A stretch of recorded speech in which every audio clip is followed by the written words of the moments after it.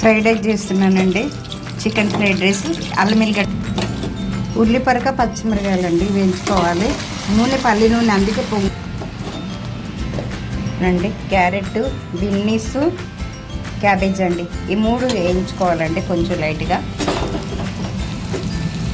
Chinese salt అండి, కొంచెం ఉప్పు అండి మనకు సరిపడా వేసుకొని కలుపుకోవాలి. ధనియాల పౌడర్ అండి, కొంచెం మిరియాల పౌడరు, కొంచెం గరం మసాలా అండి వేసి కలుపుకోవాలి. 1 స్పూను సోయా సాస్ అండి, 1 స్పూను టమాటా సాస్ అండి. కలుపుకోవాలి బాగా. కొంచెం చిల్లీ ఆయిల్ అండి వేసుకొని కలుపుకోవాలి. అన్నం వేసుకోవాలండి. ఇప్పుడు అన్నం ఆరబెట్టుకోవాలి, కలుపుకోవాలండి.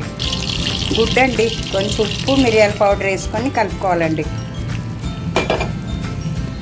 చికెన్ వేసుకున్నానండి, వేసుకొని కలుపుకోవాలి. గుడ్డు వేసుకోవాలండి, వేసుకొని కలుపుకోవాలి. అయిందండి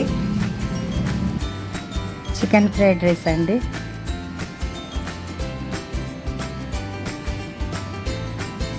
చికెన్ ఎగ్ ఫ్రైడ్ రైస్ అండి. చాలా బాగుంటుందండి. మీరు కూడా చేయండి ఒకసారి.